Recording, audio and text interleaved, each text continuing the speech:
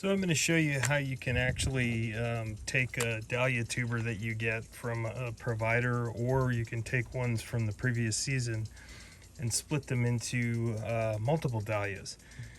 So you can actually save money and kind of build your stock up over time and your flowers as well. So let's go ahead and look at this one. You can see if I bring it up to the camera, there's a number of sprouting eyes. You've got one here, set here, got one off the main stalk here, and each of those, as long as we take a bit of the center stalk or the eye sprouting material, we can go ahead and multiply our dahlias.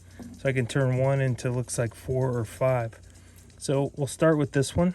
You need a really sharp knife. This particular one, you can see I've got a really sharp straight blade. I've also got a curved blade if I wanted to go in and under. So we'll use both those.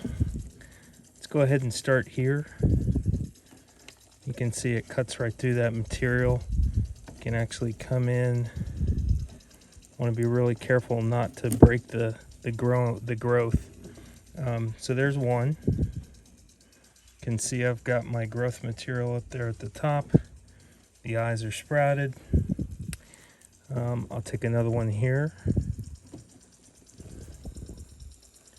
Let's get in there without, and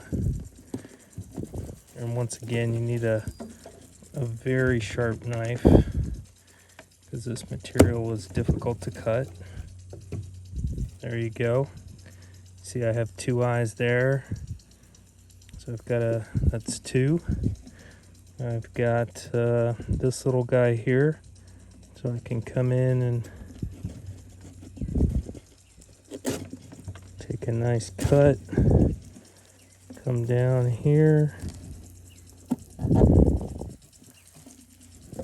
there's 3, and I can look here. I don't want to go too far, but this guy, you can see I've got a nice sprout coming off there, so that's 4.